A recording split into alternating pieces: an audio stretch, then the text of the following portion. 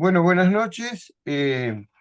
Vamos a iniciar la presentación de balance de masa global de proceso, identificación de materias primas y productos y rendimientos, de la asignatura Introducción a la Ingeniería Química del primer nivel de la carrera de Ingeniería Química de la Facultad Regional La Plata, UTN. Toda actividad industrial lleva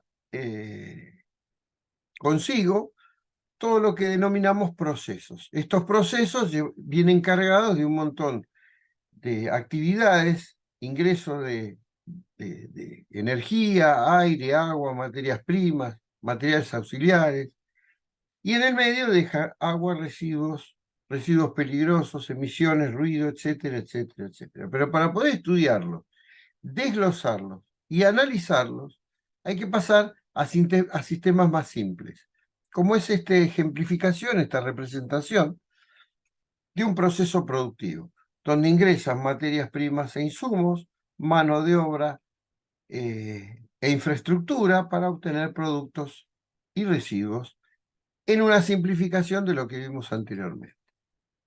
Para adentrarnos en el tema, vamos a expresar lo que nos dijo Lavoisier en el año 1743, cuando expresó que la materia no se crea ni se transforma, no se crea ni se destruye, simplemente se transforma. Y esto se denominó la ley de conservación de la materia. Esta ley de conservación de la materia es muy importante para balancear, para hacer los balances de cuánta cantidad quedaba o no quedaba en los procesos cuando se llevaban adelante. O sea, se midió antes y después del proceso productivo y se encontró que había ocurrido algo, que había un cambio de materia, que no había cambio en la cantidad de materia, sino modificación de la misma. Claro está que para refutar una ley, en el caso esta de la conservación de la materia, bastaría simplemente con encontrar un solo caso en que esto no se cumpliera. Y Lavoisier y otros químicos durante muchos años intentaron estudiar una multitud de cambios químicos en su aspecto cuantitativo y llegaron a una serie de conclusiones que dice que la suma de los pesos de las sustancias participantes, materias primas, en una reacción era igual a la suma de los pesos de los productos que la misma desarrollaba o producía. Imaginemos ahora un esquema, un modelo de sistema. No es otra cosa que un lugar donde ocurren cosas y que tiene flujos de entrada y flujos de salida, los cuales describiremos a continuación y en detalle. Para esto vamos a utilizar un glosario que exprese qué es cada cosa de los términos que vamos a ir utilizando en este desarrollo. Por ejemplo, definir masa, que es una cantidad finita de materia cuantificada en unidades macroscópicas, ya sean gramos, libras, toneladas, etc. Pero tenemos otro tipo de masas, como la masa atómica, que es la masa del átomo, y que está definida como la masa de un isótopo del elemento químico a la vez y no a la masa promedio de todos los isótopos que componen el mismo. La masa molar, que es la masa de una sustancia por unidad de cantidad de sustancia, y que se expresa en kilogramo mol o gramo mol. Y la masa molecular, que es igual a la masa molar, pero está definida para una sola molécula, y no para un mol de molécula, es decir, un mol de sustancia, como es el caso de la masa molar, que se expresa en unidades masa atómica o kilogramo mol. También vamos a definir el concepto de materia, que es todo aquello que ocupa un lugar físico. Y los materiales se refieren a diversos tipos de materia. Entendemos como cantidad de sustancia a la cantidad finita de materia de composición química definida, cuantificada ya sea, como dijimos anteriormente, en átomos, moléculas o moles. También vamos a hablar de insumos, que que es cualquier elemento que interviene en un proceso productivo y se consume en el mismo. O sea, que contribuye a la transformación de la materia prima en bienes de consumo, pero que son distintos de estas últimas. Ahora empezamos a hablar de procesos y corresponde que hagamos una buena definición de este, como es el caso de una serie de operaciones físicas efectuadas sobre determinado material o los cambios químicos que se verifican en él. Ahora también es importante describir lo que son las corrientes. Son corrientes las que se representan en la entrada y la salida de la masa de un sistema. Son importantes estas corrientes identificarlas y se lo hace a través de flechas que indican el sentido de la misma. Estas corrientes son muy importantes en el balance de materia, como mencioné, ya que permiten obtener datos y calcular valores tanto de entrada y de salida en un sistema para aplicar su balance, así como también caracterizar tanto las entradas y las salidas de la masa del sistema. Y es muy importante entender que este análisis es macroscópico o global porque interesa observar la circulación de la materia a través de sus límites con un volumen de control elegido y no de los detalles internos que ocurren en el sistema. Un diagrama de flujo es una representación simbólica de los diferentes componentes de un proceso con el objetivo de organizar que la información disponible sea conveniente para efectuar cálculos posteriores. O sea, es una enorme simplificación en la observación y conceptualización de los procesos a través de iconos o diagramas. Representan operaciones, cualquiera sea, separadores, mezcladores, reactores, lo que sea, y las líneas son las flechas que los vinculan en las distintas corrientes.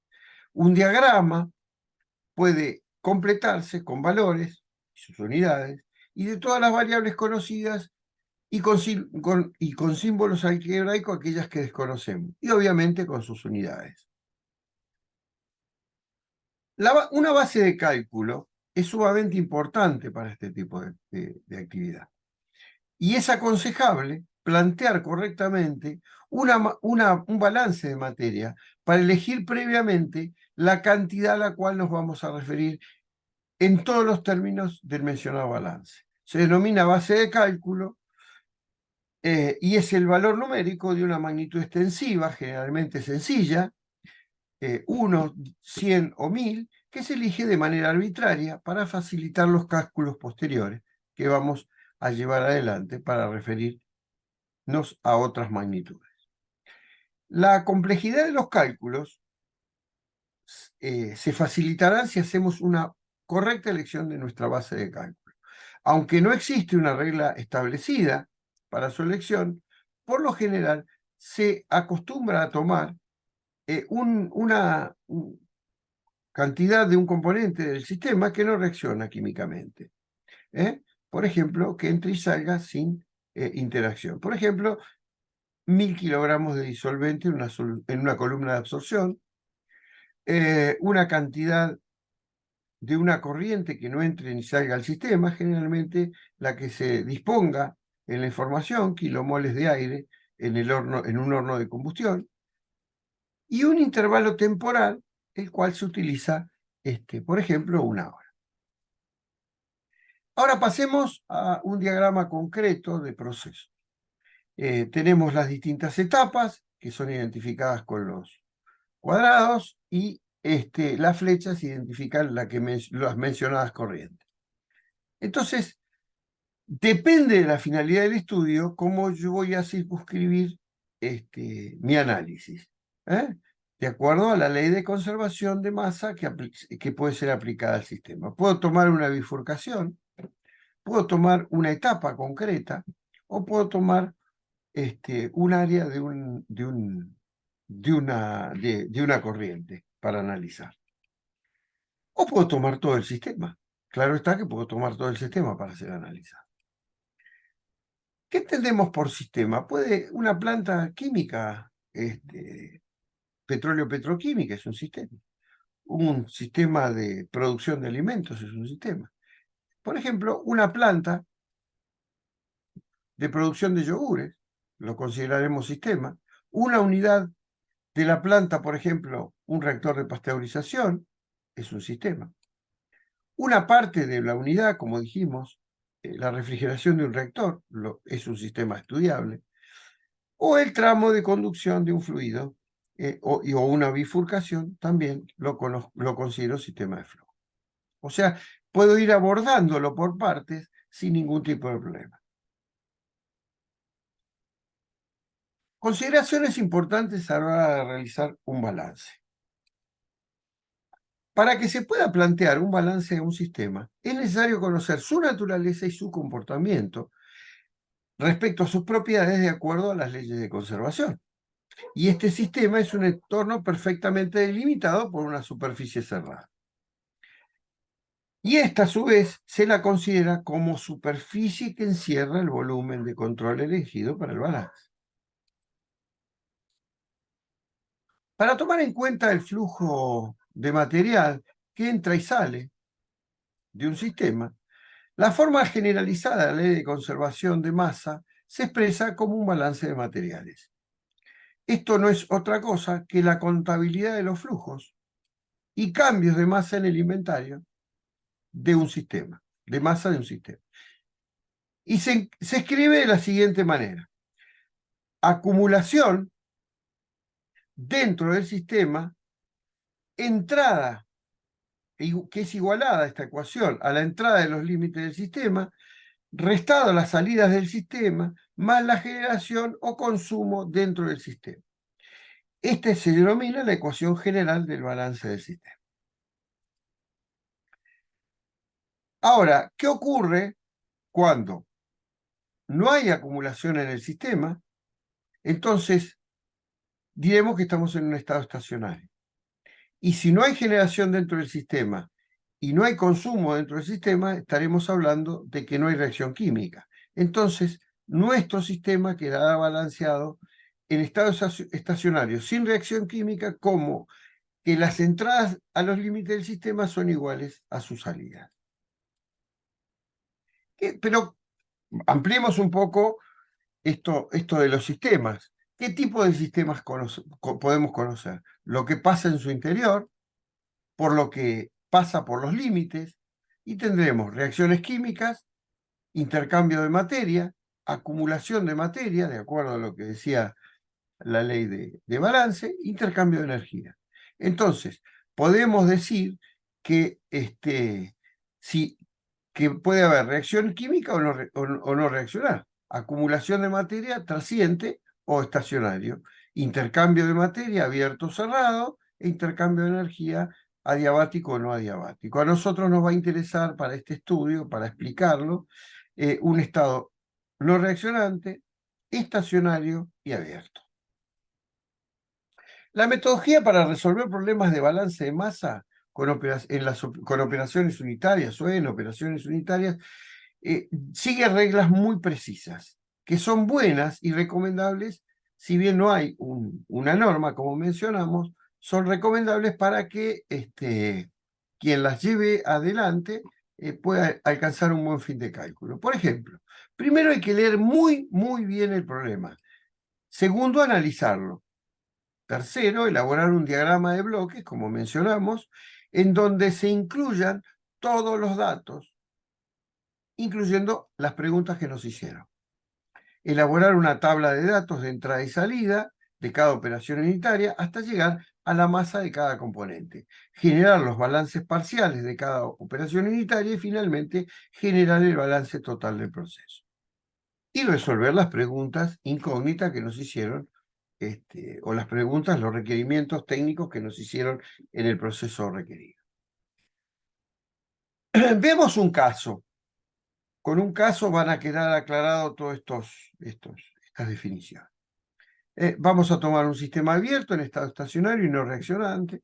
Vamos a delimitarlo, vamos a decir que las entradas son iguales a las salidas y tenemos dos corrientes ingresantes, la corriente F1 y corriente F2. Vamos a tomar como ejemplo un mezclador donde se produce un contacto íntimo de materia y obviamente una corriente de salida denominada F3.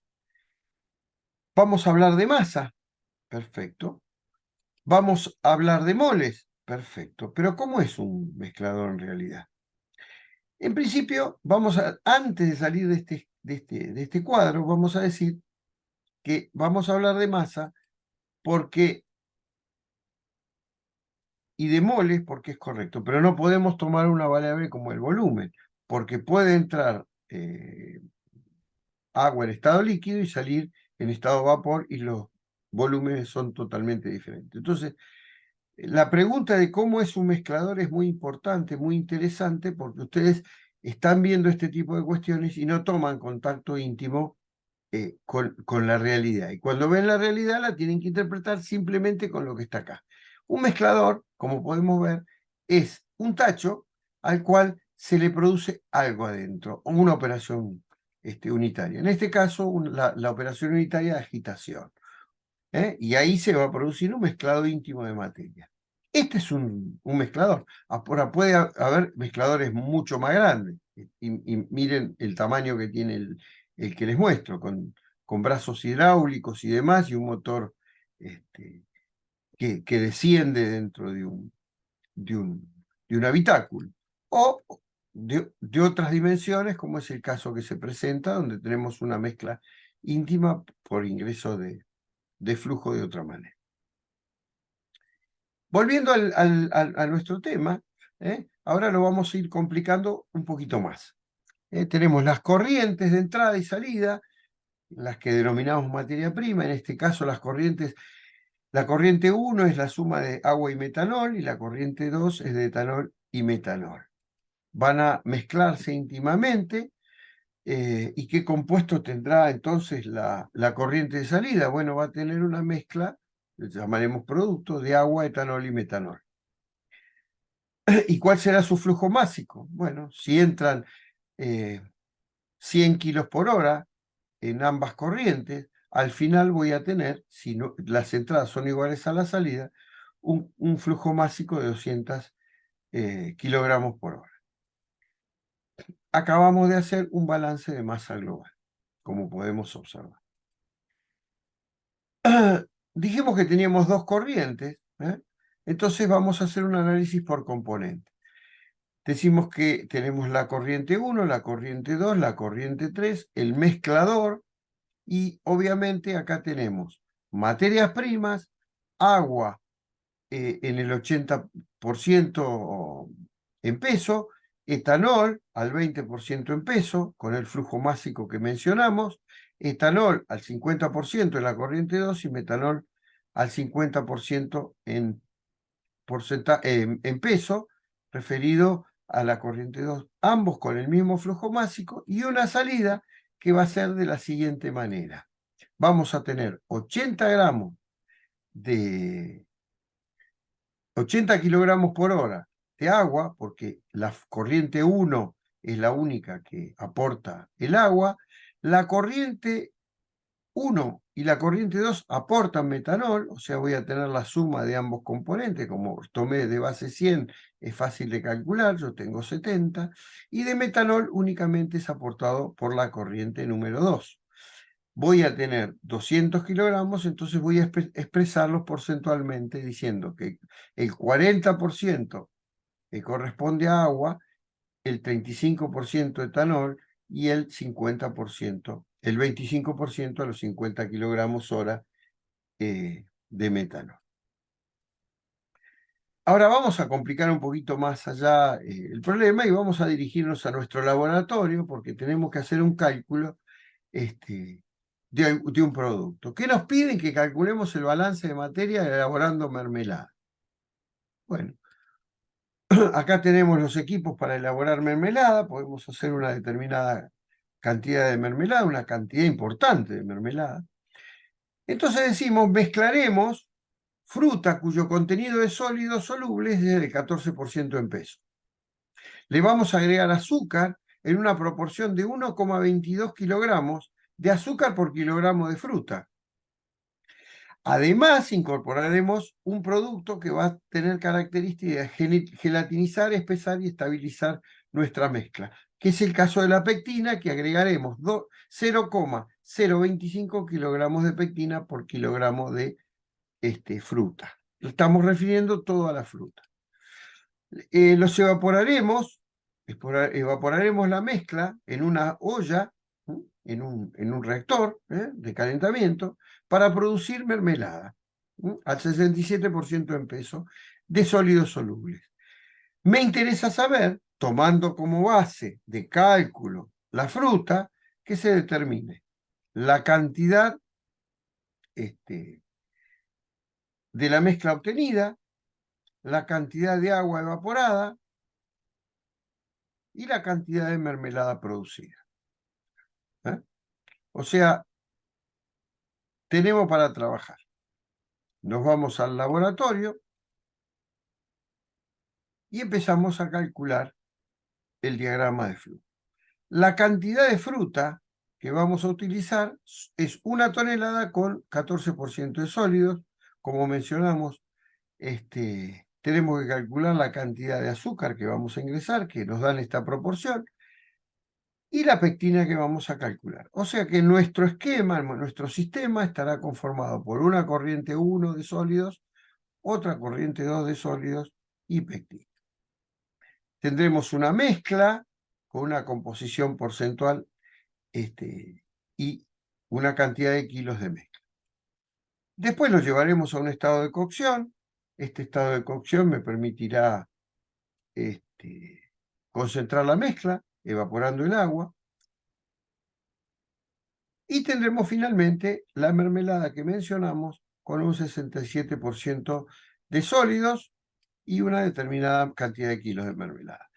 Estableceremos como sistema a analizar el que cerramos con el punteado rojo. Ahora vamos a hacer el balance general. Decimos que tenemos la corriente F, la corriente A, la corriente P, que es igual a la cantidad de agua y mermelada. La cantidad de agua que se evapora en la evaporación y obviamente la mermelada final. Ahora vamos a los cálculos.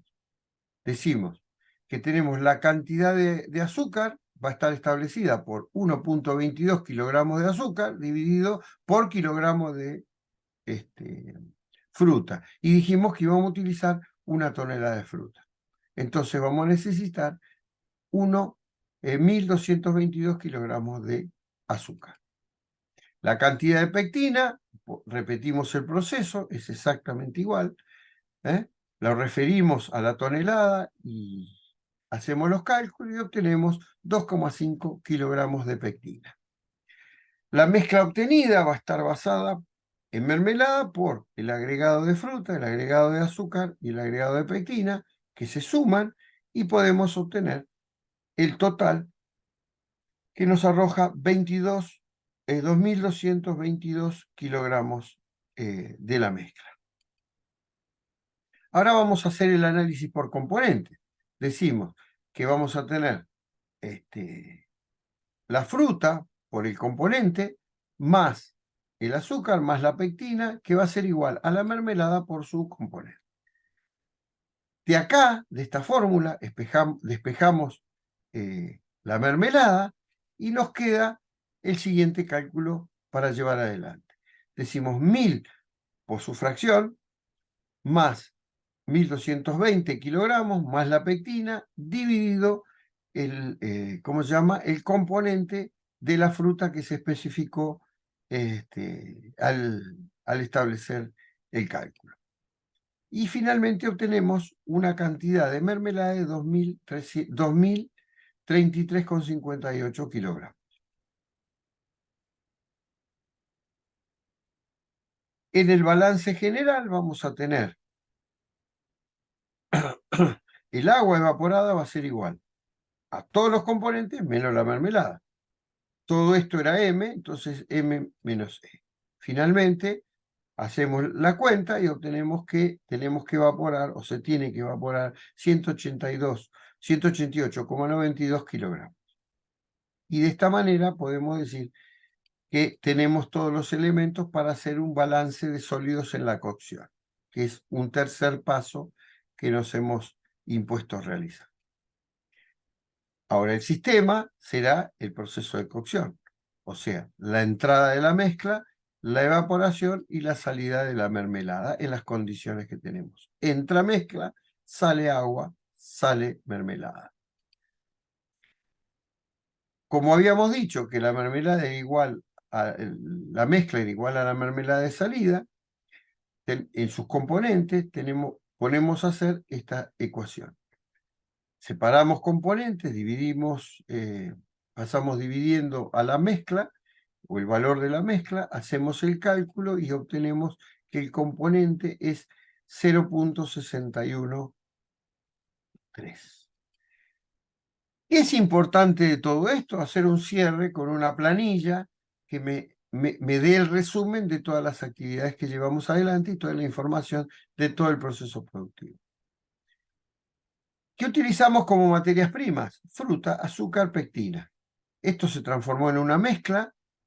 La mezcla se transformó en mermelada y vapor de agua. Las corrientes fueron identificadas como F, A, P, M, E y W, y las cantidades fueron 100, 1220, 2,5 kilogramos de pectina. La mezcla llegó a tener en su inicial 2220,5 kilogramos de mezcla, y finalmente obtuvimos en su rendimiento 2033 con 58 kilogramos de mermelada. Obviamente se evaporó 188 kilogramos, con 92 kilogramos de agua. Respecto a los sólidos porcentuales, podemos expresarlos como cómo ingresaba la fruta con el 14%, 100% el azúcar, 100% la peptina, y en la mezcla teníamos un 61,3% de sólidos de la mezcla.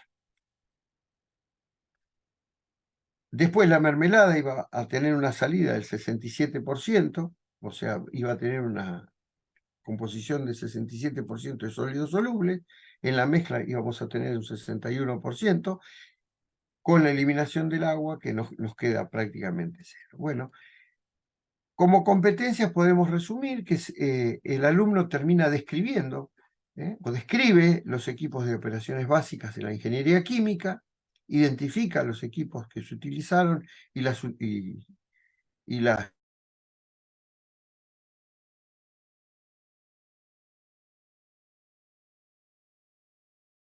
Te muteaste, te silenciaste.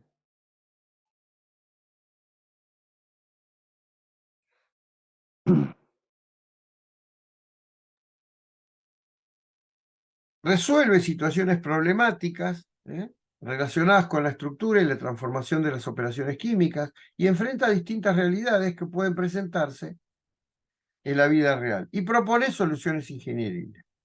Comunica de manera eficiente, utilizando un lenguaje acorde y técnico, y redacta los informes como se realizó al final en la última transparencia.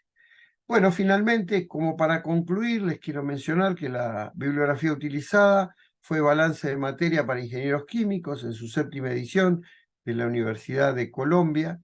El autor es Garavito Godin, del año 2019, y el libro Balance de Masa y Energía de Procesos Industriales, de la 1ª edición del Grupo Patria, con los autores Monsalvo Vázquez, Romero González, Miranda Pascual y Muñoz Pérez. Y para algunos cálculos de eficiencia y demás, se utilizó el famoso libro de Gabriel Bacorvina en su 7ª edición, Evaluación de Proyectos. Bueno, con esto damos por finalizada la presentación y les agradezco la atención.